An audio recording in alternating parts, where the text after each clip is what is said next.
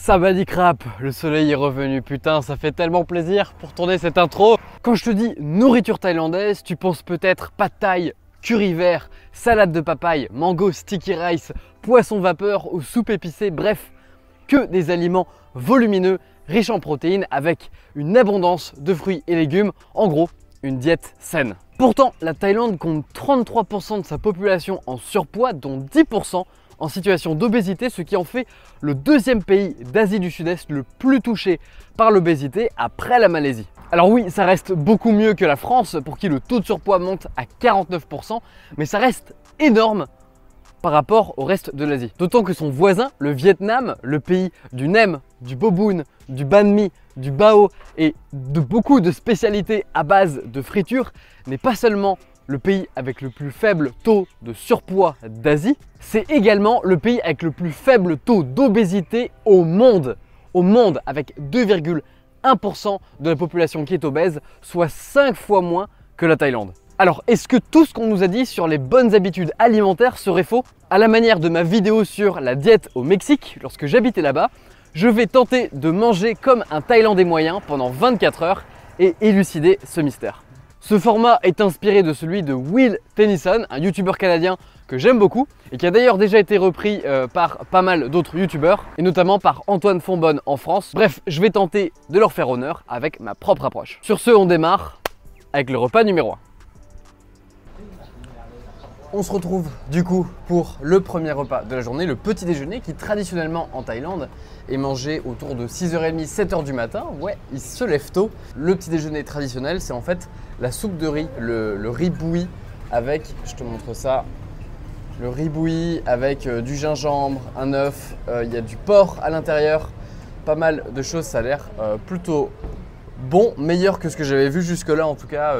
J'en avais déjà vu dans un hôtel où j'étais arrivé, quand j'étais arrivé à Koh Samui, j'ai jamais goûté, donc on va essayer ça. C'est pas mal, ça fait un genre de porridge en fait avec le riz qui est bouilli comme ça. Putain, en vrai c'est bon, et c'est plutôt sain du coup, assez riche en protéines, donc il y a un œuf, il y a de la viande. Là j'ai pris du porc traditionnellement, c'est plus souvent du porc, parfois c'est aussi avec du poulet. Ils peuvent aussi faire avec du poisson.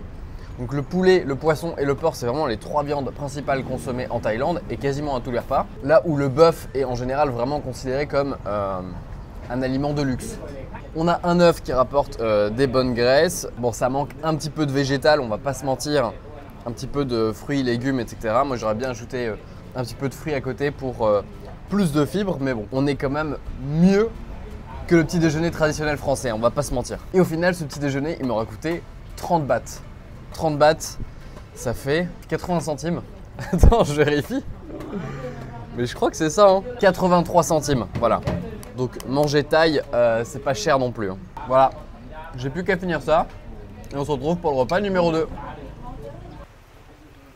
On se retrouve pour la suite de cette super journée pluvieuse, hein. C'est pour ça que j'ai toujours mon impair. Mon kawaii, pardon. Et on se réconforte avec un petit plat chaud traditionnel du coup pour le déjeuner en Thaïlande, le curry. Là on a un curry de canard. Le canard est assez présent dans cette région de la Thaïlande, donc tant qu'à faire, sinon c'est souvent le poulet qui est choisi et toujours avec un accompagnement de riz. Oui, il y a beaucoup de riz dans la nourriture thaïlandaise et pour le coup à chaque repas. En fait, dans la culture thaïlandaise, le déjeuner est en général le plus petit repas de la journée pendant la semaine, mais en début d'après-midi, c'est plutôt le plus gros repas du week-end et en mode communal, familial, etc. Et c'est d'ailleurs probablement cette pratique qui peut être responsable de quelques excès caloriques en Thaïlande, mais j'y reviens juste après. En attendant, on va quand même goûter ça. Alors c'est un peu chaud, mais la vache, c'est vraiment trop bon. Il y a de l'ananas, petit morceau de canard. La viande est omniprésente, mais au sein de la journée, je veux dire, mais en petite quantité. Autre fait intéressant d'ailleurs, et peut-être que tu ne le savais pas, mais les Thaïs mangent avec une cuillère et une fourchette. Il n'y a pas de couteau dans la cuisine thaï et ils ne mangent pas avec des baguettes. Et attention, la fourchette ne sert pas à manger comme ça. La fourchette sert simplement à mettre la nourriture dans la cuillère ou à pousser la nourriture dans la cuillère pour ensuite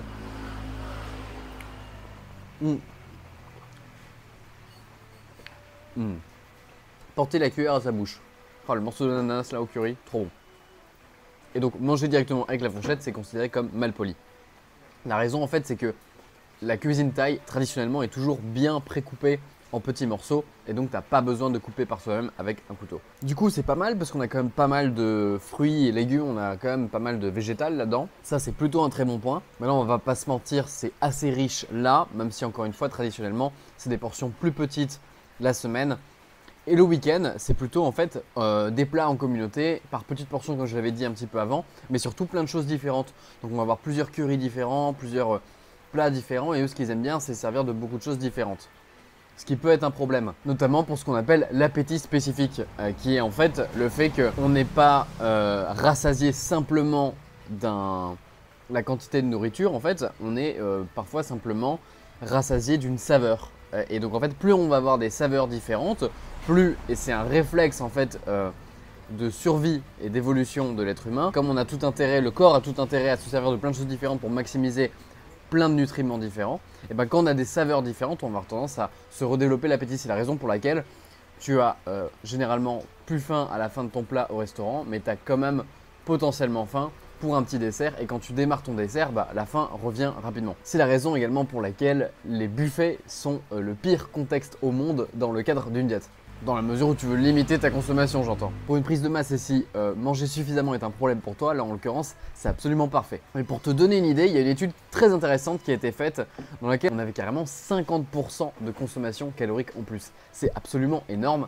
T'imagines si tu mangeais 50% de plus par jour, ça fait toute la différence entre une personne en parfaite santé et une personne qui, sur le long terme, va développer une obésité morbide. Donc voilà, ne sois plus étonné quand tu t'enfiles 5000, 6000 calories de bouffe au buffet du mariage de ton pote. Il est tout fini, vraiment très bon et bien réconfortant. Voilà, on se retrouve au prochain repas. De toi à moi, je te vois là, tu kiffes la vidéo, tu apprends pas mal de choses, etc. Mais as-tu mis un pouce bleu et t'es-tu abonné à la chaîne? Non, parce que je dis ça, mais ça m'aide beaucoup et en plus, ça montre à YouTube que t'aimes mes vidéos. La plateforme t'en proposera davantage. Gagnant-gagnant. De retour au Pantip Market pour le 4e repas de la journée, le premier snack. Là, on a un rouleau de printemps et ensuite, j'ai pris des chicken sticks, tac, comme ça, brochette de poulet, histoire de monter aussi un petit peu mon apport en protéines. Normalement, un Thaïlandais se serait contenté, je pense, du rouleau de printemps. Mais le truc, c'est qu'un Thaïlandais ne se serait pas contenté d'un snack parce qu'apparemment, il n'est pas rare ici de manger 6 à 7 fois par jour. Donc en plus des 3 gros repas principaux, eh ben, les Thaïlandais ont tendance à snacker 3 à 4 fois en plus, ce qui leur fait répartir leur prise alimentaire sur toute la journée. Et ça, c'est justement une méthode que j'utilise avec mes clients qui ont du mal à prendre du poids. Donc clairement, c'est pas forcément ce que je conseille quand on a du mal à gérer les quantités, etc. Parce qu'en fait, quand on répartit la nourriture sur toute la journée sur une plus grande fenêtre alimentaire, eh ben, fatalement, tu vas te mettre à manger beaucoup plus. D'autant qu'encore là, j'ai pris un rouleau de printemps et des brochettes. Beaucoup de la nourriture thaïlandaise se prête à ce côté un peu finger food, etc. sous forme de brochettes par exemple. Mais le truc, c'est que un autre élément qui, je pense, s'ajoute au fait que les Thaïlandais prennent du poids avec le temps, c'est que forcément, il y a aussi l'arrivée des aliments aussi occidentaux. Il y a une certaine influence des pays occidentaux où on trouve maintenant des snacks avec du Nutella, du beurre de cacahuète. Là où ils pouvaient se contenter du roti, qui est une sorte de naan thaïlandais avec une banane, ils vont ajouter du beurre de cacahuète ou du Nutella ou les deux dedans. Également tout ce qui va être gaufres, chocolat, confiserie, etc. Tout ça, c'est des choses qu'il n'y avait pas il y a plusieurs dizaines d'années et qui maintenant sont vraiment monnaie courante ici. Et donc forcément, quand on a en plus l'habitude de snacker régulièrement, c'est plus tentant de tourner vers ces choix-là. On parle, mais on mange pas assez. Hein. Ce qui est drôle, c'est que le prix de mon rouleau de printemps, quasiment le prix de mon petit déjeuner ce matin. On va finir tout ça. On se retrouvera pour le repas principal de la journée pour les Thaïlandais, à savoir le dîner. Salut. Bam!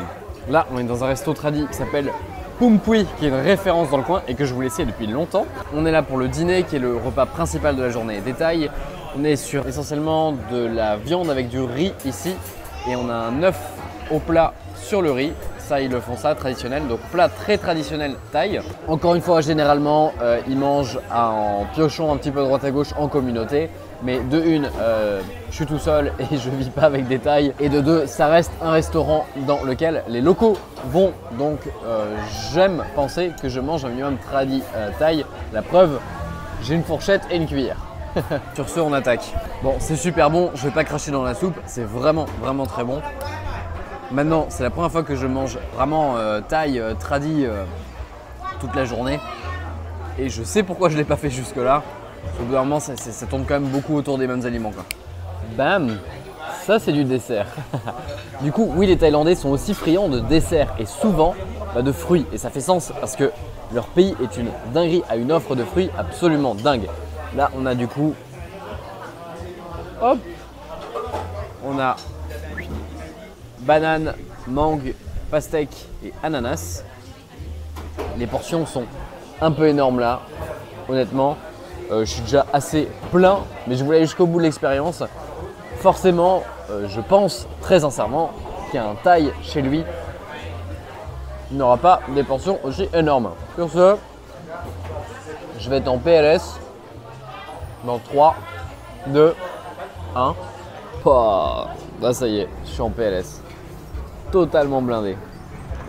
Aujourd'hui, j'aurais mangé du coup quasiment 2600 calories à peu de choses près.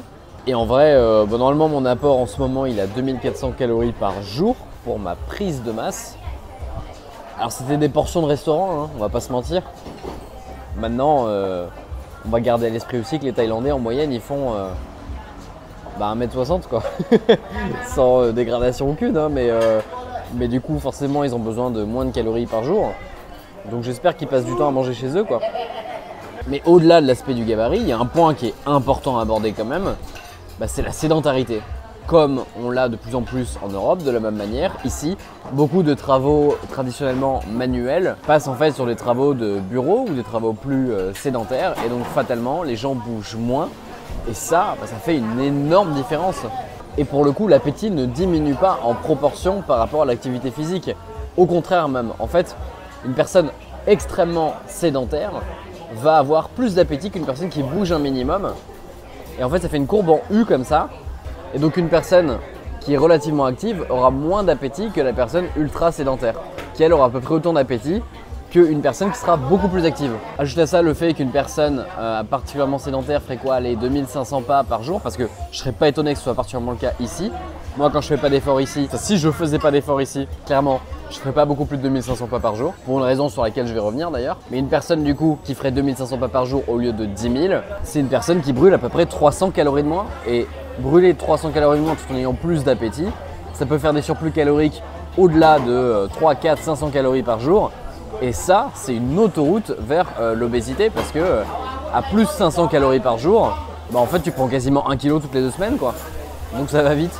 Et donc je reviens à ça pour ce qui est de la sédentarité, c'est une des choses qui me déplaît fortement en Thaïlande et une des raisons pour lesquelles moi je me projette pas à très long terme ici, c'est qu'en fait les routes sont pas faites pour être marchées. Tu peux pas marcher ici, personne ne marche. Et pour une raison simple, c'est que autant effectivement j'avais noté qu'au Mexique c'était pas fait pour marcher, parce qu'il n'y avait rien d'intéressant dans les rues contrairement à des villes européennes. Mais là c'est même pas qu'il n'y a rien d'intéressant et que les rues sont pas faites pour marcher. C'est juste qu'en fait, il n'y a même pas de trottoir dans les rues. Si tu veux marcher, tu marches sur la route avec des rues qui ne sont pas tout le temps éclairées et un soleil qui se couche à 6h30. C'est super dangereux.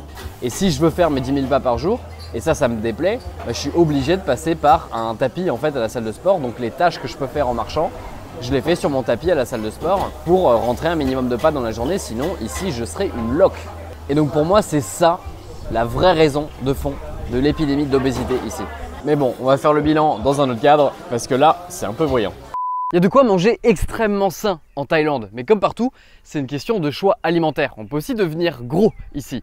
Ok, pas aussi facilement qu'au Mexique, mais c'est possible. Néanmoins, il y a tout ce qu'il faut pour tenir une diète extrêmement saine tout en mangeant à l'extérieur, et ça, c'est suffisamment rare pour être souligné. Et le tout en étant particulièrement abordable parce que la Thaïlande, quoi. D'ailleurs, les normes sèches que j'ai faites ici en est la preuve, et je te montrerai comment se passer une journée de déficit calorique agressif en Thaïlande dans la vidéo que je te fais apparaître juste là. Et si tu veux voir gratuitement les coulisses de ma transformation, je t'ai fait une formation sur une plateforme avec un accès totalement gratuit. Tu peux y accéder en cliquant sur la fiche juste là. Sur ce, je te dis à très vite pour les prochaines vidéos. D'ici là, prends soin de toi.